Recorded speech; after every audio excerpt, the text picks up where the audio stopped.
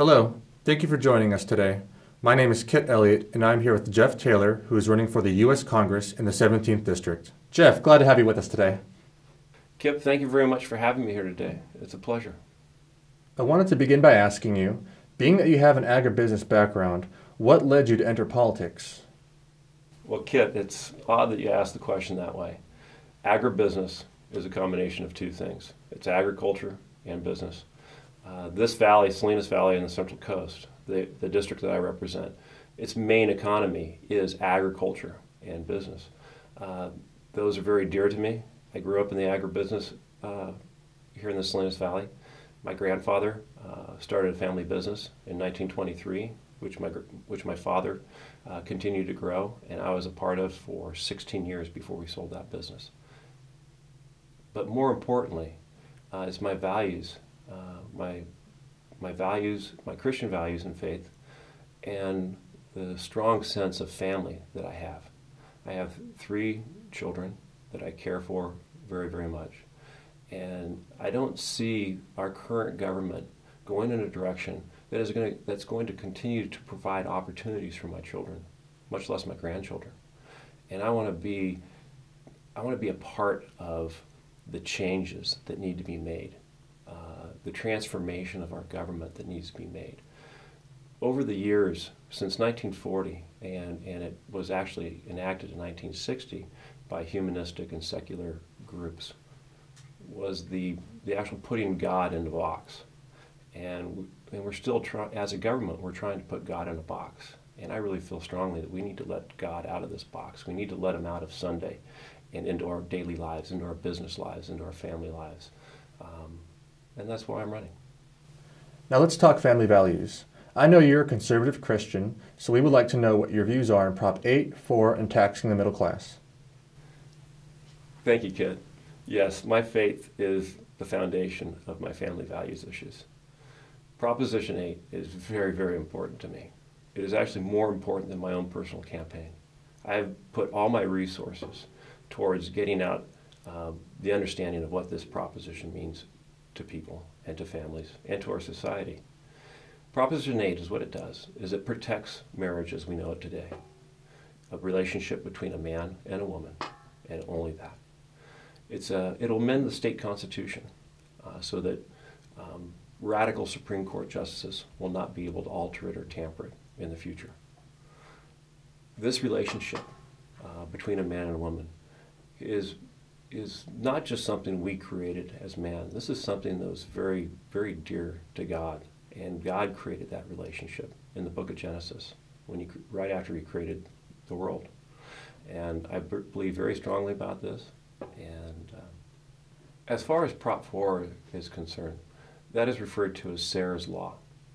And as what that law will do is it will protect minors from pedophiles and being coerced or intimidated to have an abortion without having counseling their parent or a grandparent.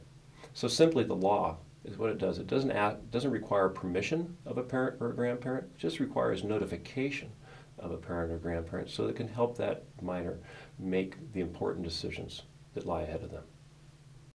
As far as taxes are concerned, Kit, I really strongly believe in lower taxes, less government.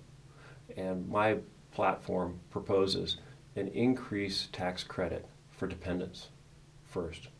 Second, I propose a new tax credit for education, for elementary school education as well as college education. And then third, I propose a tax credit for health care. Government, our current presidential candidates and one of the past candidates, Hillary Clinton, has always been promoting and supporting government health care. And I look at the way government operates. That's one of the reasons I'm running for Congress.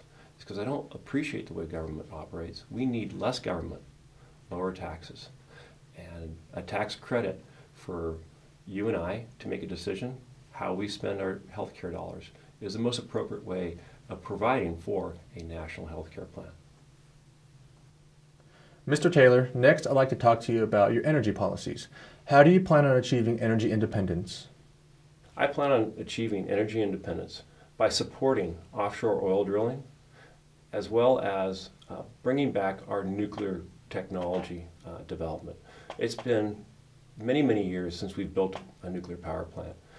This form of energy production can greatly offset our coal electrical plants that we have across the country.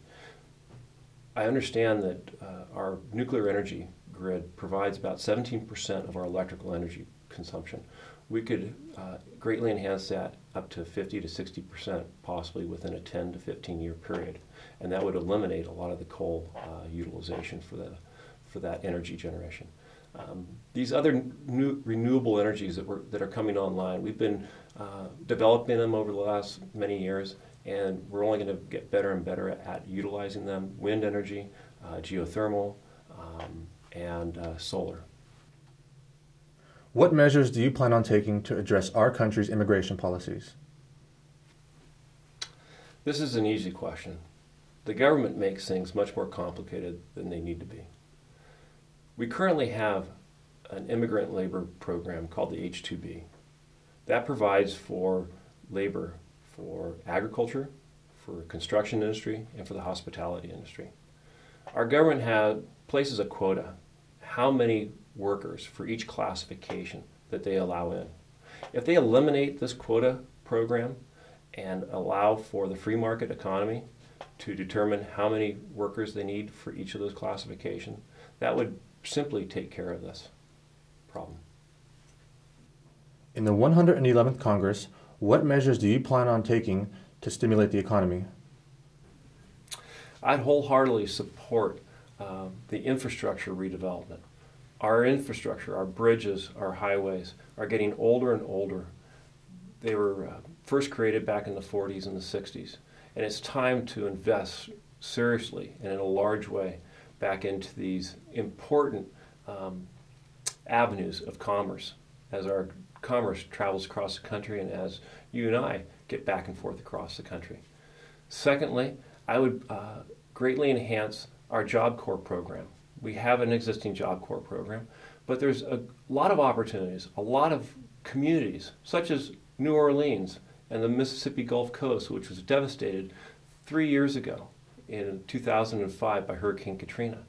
If we put a large emphasis of Job Corps back down in that area, we could have helped provide opportunities for the 26% of the community that was unemployed before the storm in New Orleans.